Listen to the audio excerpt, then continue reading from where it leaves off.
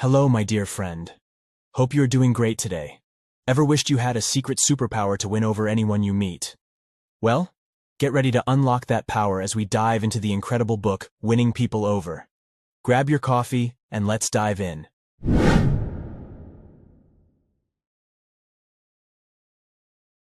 There is only one way under heaven to get the best of an argument, to avoid it as you would avoid a rattlesnake in earthquakes. 9 times out of 10, an argument ends with each of the contestants more firmly convinced than ever that they are absolutely right. You can't win an argument. You can't because if you lose it, you lose it. And if you win it, you lose it. Why?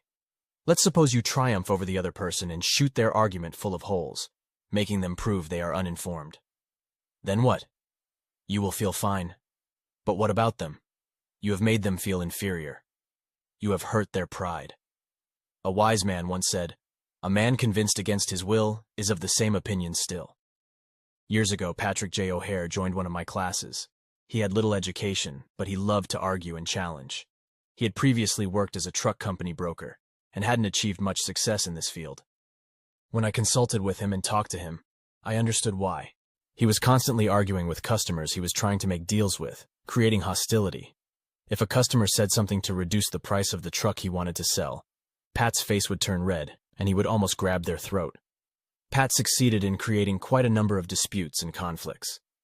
The writer says that, "My primary concern with Patrick J. O'Hare wasn't to teach him how to talk, but rather to train him to stay silent and avoid quarrels and arguments." Mr. O'Hare became one of the brightest sales stars at White Motors in New York. How did he achieve this? Here's his story as he told it. "If I walk into a buyer's office these days, and they say to me, 'What? A white truck? It's no good. I wouldn't take one even if you gave it to me for free. I'm going to buy a Hosit truck,' I say. 'That's good, sir. Listen, Hosit trucks are good. If you buy one, you won't be making a mistake at all. Hosit trucks are made to the highest quality standards, and their sellers are good people. As wise Benjamin Franklin used to say, if you argue and rankle and contradict, you may achieve a victory sometimes, but it will be an empty victory because you will never get your opponent's goodwill. So calculate it yourself. What victory can you get? Either a technical one or dramatic one with the other person's goodwill. But you can't have both." The Boston Transcript published these whimsical lines. "Here lies the body of William J., who died maintaining his right of way. He was right, dead right, as he sped along. But he's just as dead as if he'd been wrong." Yes, you may be right in an argument, but your desire to change the other person's mind leads not to success, but to futility, equal to being wrong. William M. Marcy, secretary to President Andrew Jackson, said he had learned from his experiences in politics that it is easier to catch flies with honey than with vinegar. I've been told that a man convinced against his will is of the same opinion still. Indeed, I've found from experience that it's impossible to change a person's mind by arguing with them. No one has ever argued out of an opinion. Constantin, a valet to Napoleon, often played billiards with Josephine. He wrote in his memoirs, "Although I was vastly inferior to her in execution, she had the utmost difficulty in beating me, which she took care never to do, except by my allowing her the victory." Abraham Lincoln once scolded an officer for engaging in a heated argument with colleagues, saying, "No man resolved to make the most of himself can spare time for personal contention. Better give your path to a dog than be bitten by him in contesting for the road." So the first rule for making your point effectively is avoid arguments. When Teddy Roosevelt was president, he admitted he could only get about 75% of what he considered the proper solution to any question. "If I could get just the thin edge of the wedge in," he said, "I would try it few more times from different angles. By arbeit squantit, plugging away at it, I found I could jar it through." If that was the most a brilliant man like Roosevelt could achieve, what chance have you and I against opposition? None at all. You can't win an argument. If you want to prove how smart or right you are, you'll likely just end up humiliating the other person by making them feel inferior and inadequate. Doing so will hurt their pride and cause them to become stubborn and defensive. You won't change their mind. You'll only make them resent you. Even if you can prove them wrong with irrefutable logic, they will rarely concede and admit their error. You can never get them to change their minds by brute force argument. The only way to get them to embrace your point of view is through diplomacy, patience, and tact. Never begin by saying, "I'm going to prove so-and-so to you." That's offensive, and it arouses resentment and puts the other person on the defensive before you have even started your case. It implies, "I'm smarter than you are, and I'm going to teach you a lesson." Under even the most benign conditions, trying to change people's minds is extremely difficult. Why make it harder by starting off on the wrong foot? Why create permanent opposition before the conversation even begins? You'll be much more effective if you approach the situation with diplomacy, tact, and friendliness. As Benjamin Franklin wisely said, "If you wish to persuade, you must put your argument in such a delicate, insinuating manner as to slide into the mind and carry conviction with it." Lord Chesterfield advised his son, "Be wiser than other people if you can, but don't tell them so." Socrates, the great Greek philosopher, repeatedly emphasized to his followers in ancient Athens, "One thing only I know, and that is that I know nothing." You want others to recognize your brilliance and intelligence, don't you? Well, that's something you'll have to do for yourself.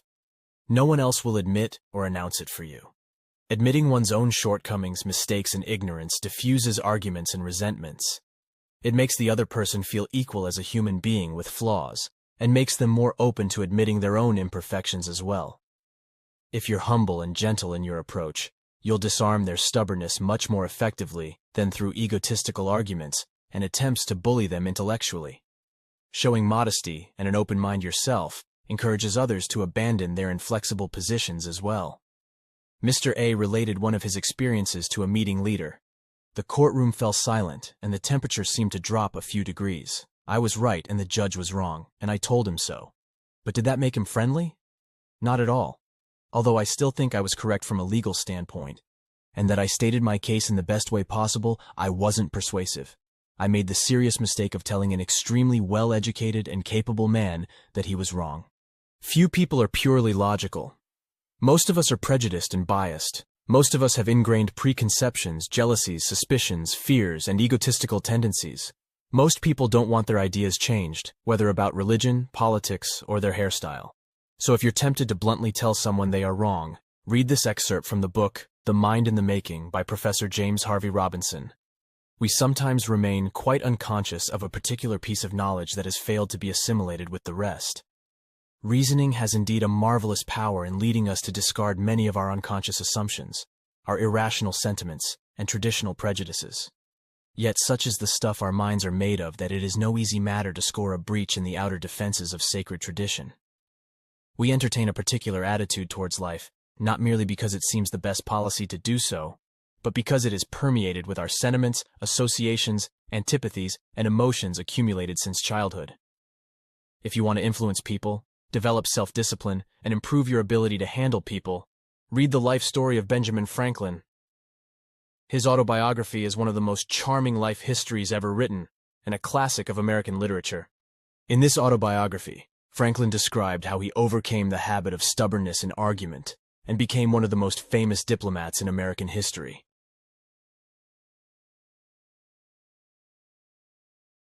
One day, when Benjamin Franklin was a young man speaking foolishly, an old Quaker friend took him aside and administered some harsh truths. "Ben, you are a disputatious person. Your opinions have a slanting way of shutting out everyone's opinions but your own. You are so positive at all times that nobody cares what you think. Your friends find it a relief to get away from you, for you know everything already, and there is no use talking to a person so opinionated. This habit makes you disagreeable all round. It causes you to lose friends and gives you a bad name among strangers." Franklin said, "I avoided all direct contradiction to the sentiments of others, and I habitually cultivated the disposition which has since been usefully employed in public as well as in private life, to appear as favoring whatever opinion prevailed in company, and for that purpose I made it a rule to avoid all direct contradiction to the sentiments of others, and even positive assertive manner or expressions. I even used sometimes to put on the humble inquirer, and like some well-bred persons, under the discouraging discourses I met with, which proceeded from some of the old citizens, entirely declined contradiction, and remained a modest listener to the discourses of my elders. I had acquired a kind of humble opinion of my own abilities, and I was diffident of disputing with anybody. From this safe course, I imagined that much instruction and improvement were derived.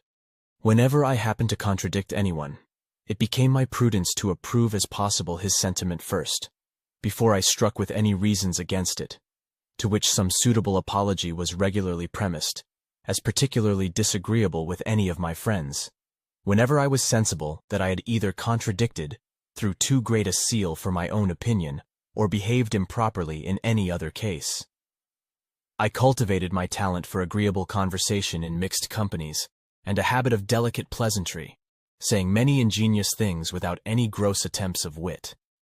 Never making a jest at the expense of any person then present, though I have sometimes had the satisfaction to obtain the laughs of those who affected to be most reserved. I would often meet the charge of positiveness and self-conceit by agreeing that perhaps my opinion might be favorable to my own judgment, as every other man's is to his own, and I continued in the same trait of humor, with a smile. Thus I acquired some esteem for my opinions among the more judicious people, without the least flattering hostility towards others, the great disputants. On the contrary, upon giving a contradiction, I would sometimes discredit those who desired it, and acknowledge their wisdom superior to mine in those cases where my own reason appeared defective. When another censured or gave me advice about my manners, way of thinking, or any part of my conduct, instead of falling into rage, or finding myself in the huff about it, as formerly, I endeavored to look upon it as my duty at least to hearken to the reproof candidly, examine myself strictly, receive the advice humbly, and make all due allowances. Accordingly, I immediately put myself in practice of the advice, and endeavored to be upon guard, for fear of relapsing into the practice of those errors I was fairly cautioned against. By studious care and vigilant caution, upon proper occasions, and by exercising humility and self-denial as much as possible, I at length acquired the habitude of those virtues I admired in others, and thereby became at least as good a neighbor, citizen, friend, and companion as most of those who were counted moral and religious in the neighborhood where I resided. Be diplomatic. It will help you achieve your goals. And if you want to win people over to your way of thinking, apply the second principle. Show respect for the other person's opinion. Never say they are wrong. When we are right, let's attract others to our way of thinking. And let's be honest with ourselves. Let's admit our faults without hesitation. Not only will this produce remarkable results, but it will also give us the satisfaction that we would never feel if we tried to justify ourselves and deny our mistakes. Remember the old saying, with quarreling, you get nowhere, but with gentle persuasion, you get more than you ever expected. So if you want to win people over to your way of thinking, remember, if you are wrong, admit it. If you are hot-tempered and angry, hold your temper towards the person before you. Perhaps you will relieve yourself of a heavy burden. But what about the other person? Will they share your feelings? Will your aggressive tone lead to agreement? Woodrow Wilson said, "If you come at me with your fists doubled, I think I can promise you that mine will double as fast as yours. But if you come to me and say, 'Let us sit down and take counsel together, and if we differ from one another, understand why it is that we differ, just what the points at issue are,' we will presently find that we are not so far apart after all, that the points on which we differ are few, and the points on which we agree are many, and that if we only have the patience and candor to get together and state them, there is a certain point, the point of reasonable men, your point and mine, to which we shall find we can both get." No one appreciated the truth of this more than John D. Rockefeller. In 1915, Rockefeller was one of the most despised men in Colorado. The miners there were bitterly hostile. They accused him of unbearable labor conditions and of keeping their wages at a virtual starvation level. Colorado was a state erupting in anti-Rockefeller hatred expressed in bombings and shootings of guards and striking miners. No one was safe. Rockefeller knew he had to win over these angry employees to his way of thinking, and he spent weeks in concentrated study, analyzing the problems from every angle. Then he began writing a series of letters to the miners, letters so fair, so friendly, so courteous, that they won over even his most violent critics. Here is just a portion of one of those remarkable letters. This struggle, incited by a vicious leadership, has brought so much suffering upon the miners and their wives and children, as well as upon the citizens of Colorado, that all over the country a demand became widespread that it should be ended by reasonable concessions as to wages, hours, and conditions of living. After carefully reviewing every issue, therefore, with the desire to be fair and reasonable to our old employees, realizing that, above the right of employers, there is the more important right of the workers to receive a wage commensurate with the dignity of their labor and adequate for the support of their families in decency and comfort. Rockefeller knew how to win over employees to his way of thinking. By giving respect, by being courteous, by admitting some of their complaints were justified. It worked so well that by the time he was through, the antagonistic miners were writing letters like this to him. Your letter awoke me to the fact that as an individual, you are not a monster, as I had been led to believe, and your attitude toward the miners deserves admiration. And here is a portion of another letter. I can now see that things are not as I had fancied, and that the interests of the miners and the operators are not so far apart as I had been taught to believe. The magic phrase from John D. Rockefeller's letter was, "Review every issue with the desire to be fair and reasonable to our old employees." That gave the miners psychological assurance that Rockefeller wanted to be impartial. Isn't this an excellent example of the art of turning an enemy into a friend? If a man's heart is filled with hatred and bitterness towards you, you will not be able to win him over to your side with all the logic in the world. And so this should be known by the authoritarian parents, the bosses of workers, the constantly critical husbands and wives. They should know that people do not want to change their minds. No one can force or compel them to agree with you or me. But they can be led if we are courteous and friendly. Let us be more friendly and diplomatic. Lincoln said nearly 100 years ago. There is an old proverb that a drop of honey catches more flies than a gallon of gall. This applies to men as well. If you want to win a man to your cause, first convince him that you are his sincere friend. Therein is a drop of honey that catches his heart. And once you get his heart, you can catch his mind. Aesop was a Greek slave who lived in the court of Croesus and spun immortal fables from his fertile imagination. Yet the truths he couched in those delightful little dramas are just as applicable today as they were 25 centuries ago in ancient Athens. The sun can make you take off your coat more quickly than the wind, and kindliness, friendliness, and firmness can convince people more readily than arrogance, bitterness, and futile violence. Remember always Lincoln's phrase, "A drop of honey catches more flies than a gallon of gall." 25 centuries ago, a Chinese sage named Lao Tzu said, "The wise leader who wishes to be above the people must speak as if below them. If he wished to lead, he must follow." The reason the rivers and seas are able to be lords over the streams and valleys is because they lie below them.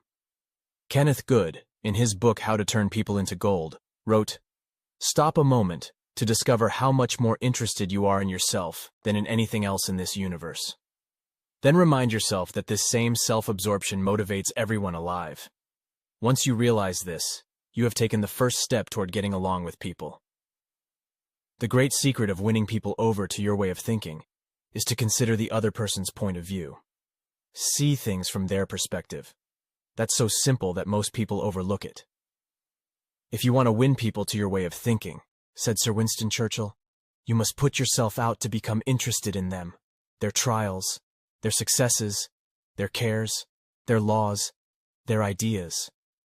In other words, arouse in the other person an eager desire by showing them that you have their best interests at heart.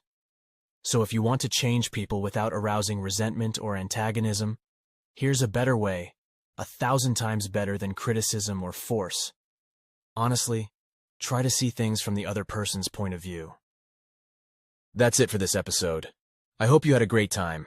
I can't wait to see you in the next episode where we will continue our journey together. Don't forget to like and subscribe. Have a great day.